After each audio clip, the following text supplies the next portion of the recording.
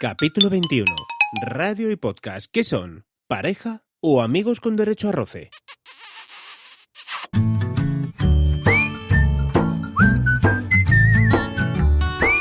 Soy una persona a la que la radio le acompaña o acompañaba a diario y prácticamente a todas horas. En el coche,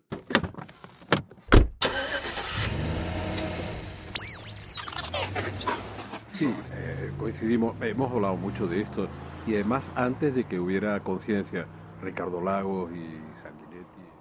en el trabajo,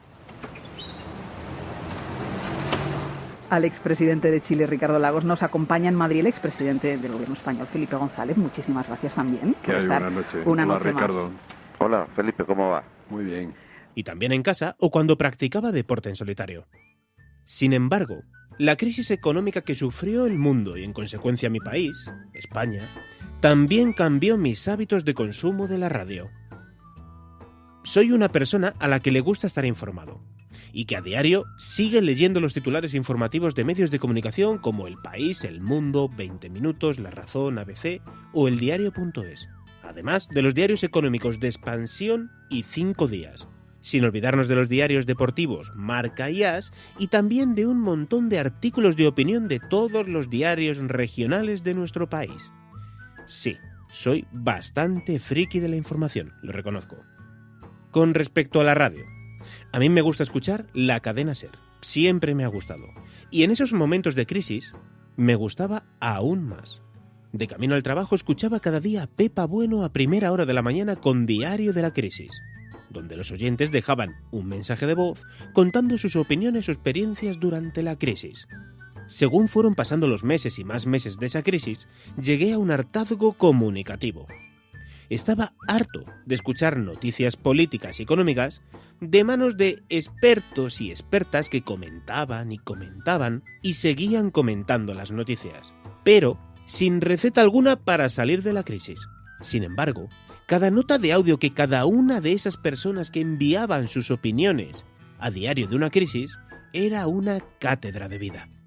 Vivencias personales, experiencias que bien podrían ser la mía o la de alguno de mis familiares. Contenido con el que yo aprendía. La frase de hoy es la que escuchamos en la película El Rey León de 1994. Oh, sí, el pasado puede doler, pero tal como yo lo veo, puedes huir de él o aprender. Objetivo Podcast. Muy buenos días de domingo, ¿qué tal? ¿Cómo estás? Espero que vaya todo genial. Te deseo muchísima salud para ti y toda tu familia, allá donde estés, en cualquier rincón del mundo.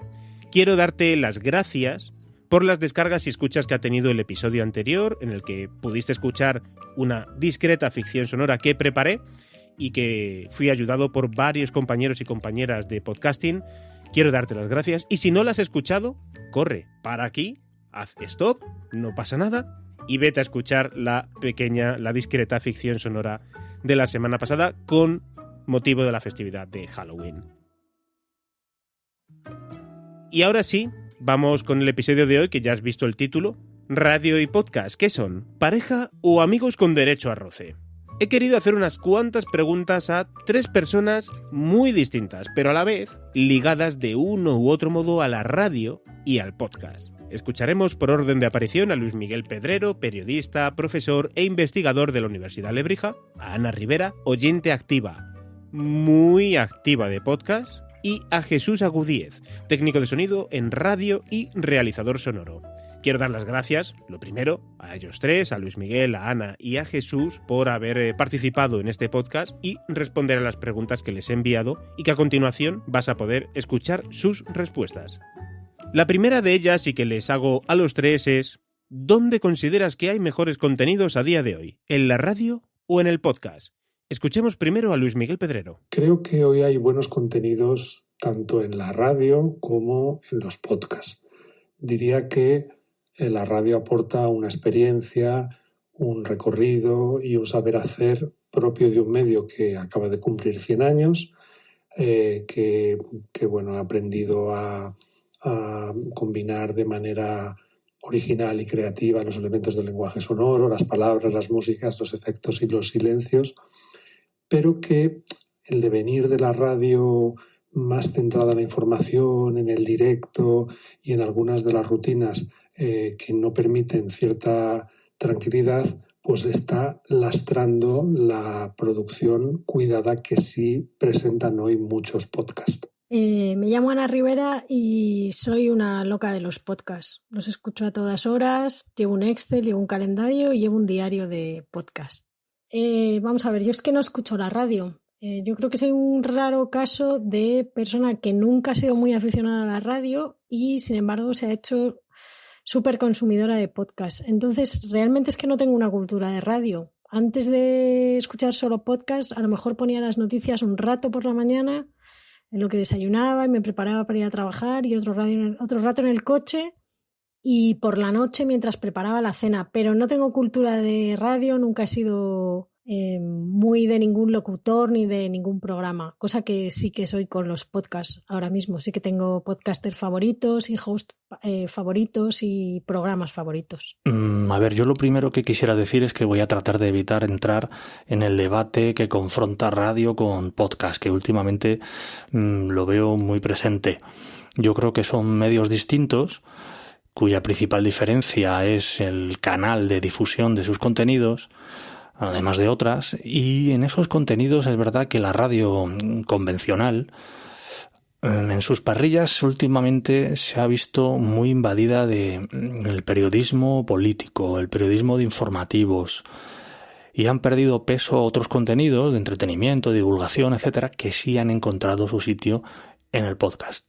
La segunda pregunta que quise realizarles a los tres es, ¿desde que empezaste a escuchar podcast, han cambiado tus hábitos de escucha de la radio? Desde que empecé a escuchar contenidos bajo demanda, primero de la radio y luego podcasts entendidos como productos originales, sí confieso que ha cambiado mi hábito de escucha. Atiendo mucho a las novedades y procuro probar contenidos que se ofrecen exclusivamente desde agregadores y plataformas de podcast, y aunque eso no me evita o no me ha impedido seguir escuchando los programas y las secciones de radio que más me gustan, pues ha ampliado, ya digo, el podcast, mi tiempo y también mi capacidad de comprensión del fenómeno audio en un sentido amplio. Desde que empezaste a escuchar podcast, ¿han cambiado tus hábitos de escucha de la radio? Bueno, es que he dejado por completo de escuchar la radio. No la escucho jamás, en ningún momento, y no, tampoco escucho las noticias. Bueno, más que cambiar mis hábitos de escucha de radio, han cambiado mis hábitos de escucha de contenido sonoro, porque se ha añadido el podcast a una oferta que antes pues prácticamente solo cubría la radio. Y hilando con la respuesta anterior, cuando han ido perdiendo las parrillas de las radios convencionales contenidos que a mí me gustaban, los he ido encontrando en el podcast. Además de que cuando en una emisora de radio estás escuchando algo que te pueda interesar, por la propia estructura de las parrillas, se les viene encima la desconexión publicitaria, el boletín, y cada vez da más rabia que interrumpan o incluso concluyan de mala manera un contenido de interés, y eso en el podcast de momento no pasa. Como ves, son tres perfiles completamente distintos, y he querido que fuera así para que la riqueza del contenido de este podcast fuera aún mayor. Una pregunta más. ¿Qué le falta al podcast, en tu opinión, que sí que tiene la radio? Creo que para responder a la pregunta de qué le falta al podcast que sí tiene la radio, habría que acotar antes a qué nos referimos con el término podcast. En principio, todos los creadores de podcast están apostando poco a poco por mejoras en sus equipamientos, y esto está logrando que la textura final de sus creaciones se parezca cada vez más a la de la radio, a la de las grandes emisoras de radio con equipamientos tecnológicos avanzados.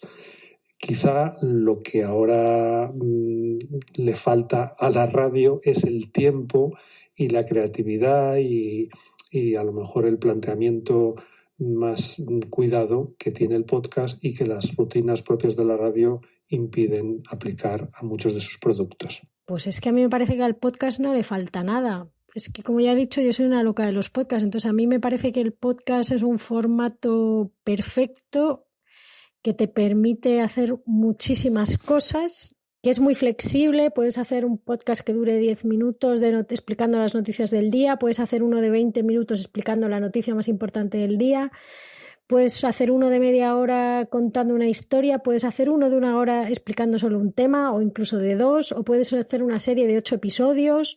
El podcast es un formato muy flexible que se puede estirar, encoger, hacerlo ligero o lo profundo que quieras.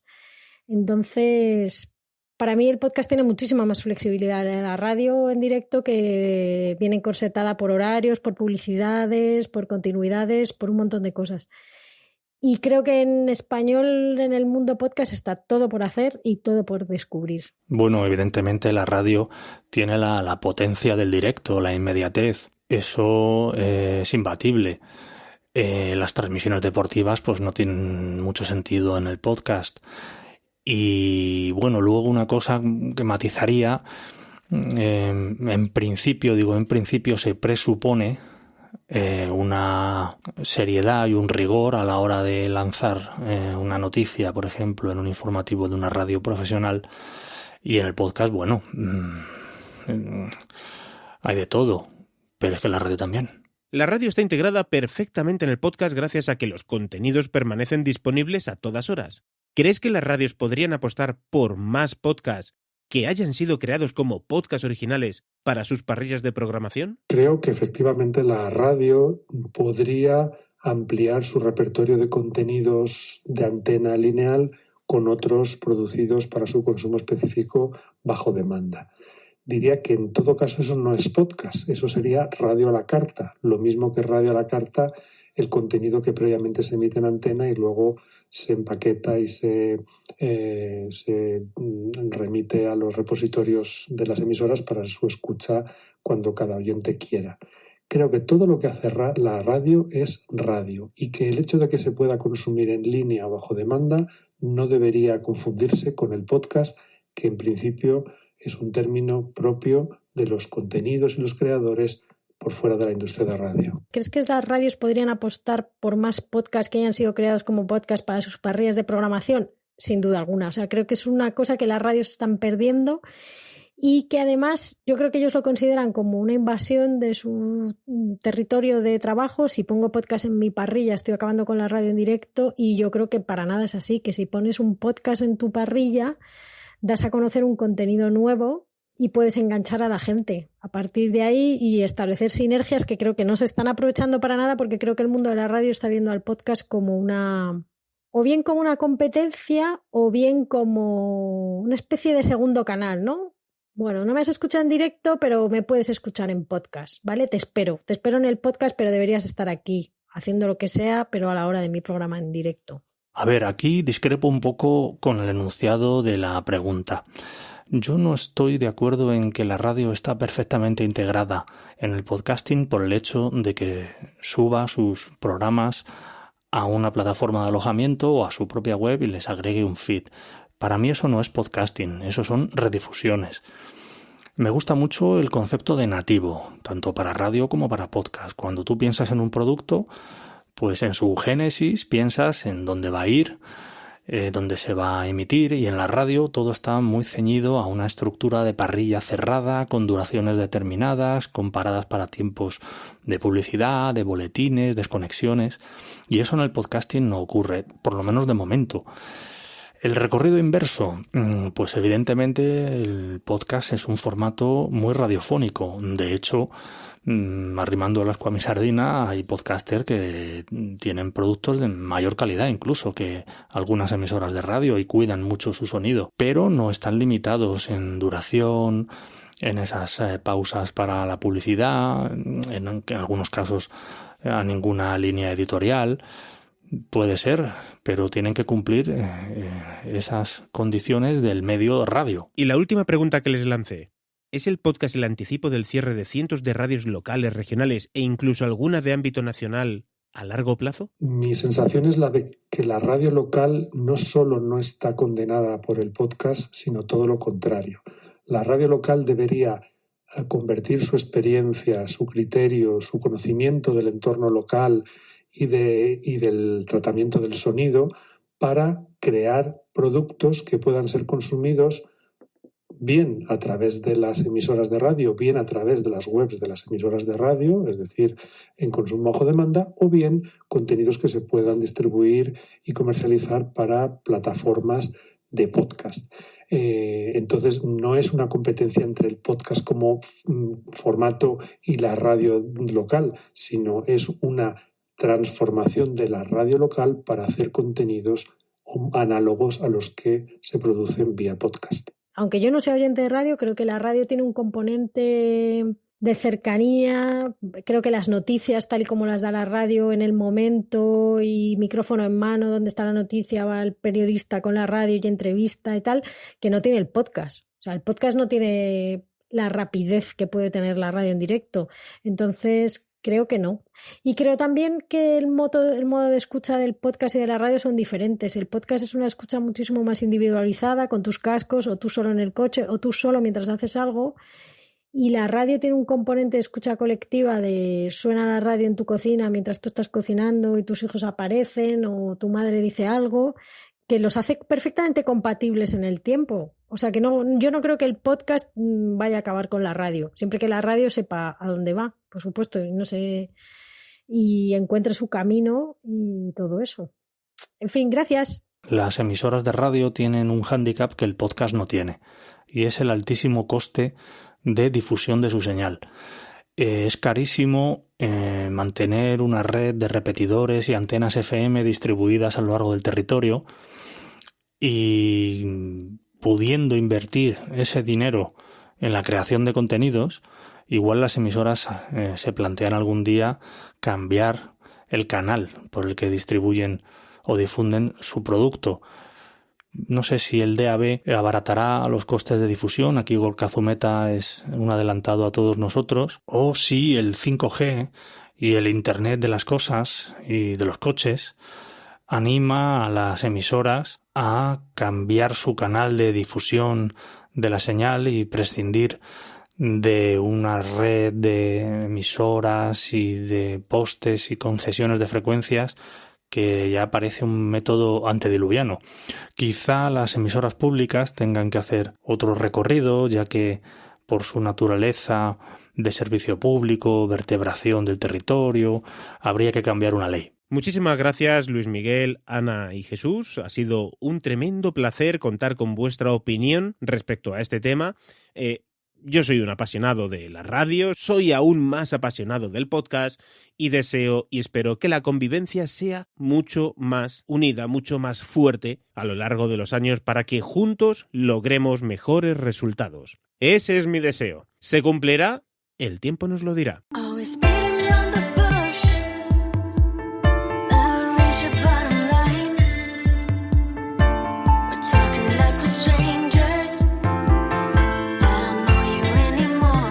Y en el próximo episodio hablaremos de el estrés en el podcasting. ¡Ay! Muchas gracias y hasta el próximo domingo. Chao. Si quieres saber más sobre podcasting, te invito a visitar www.ivanpachi.es.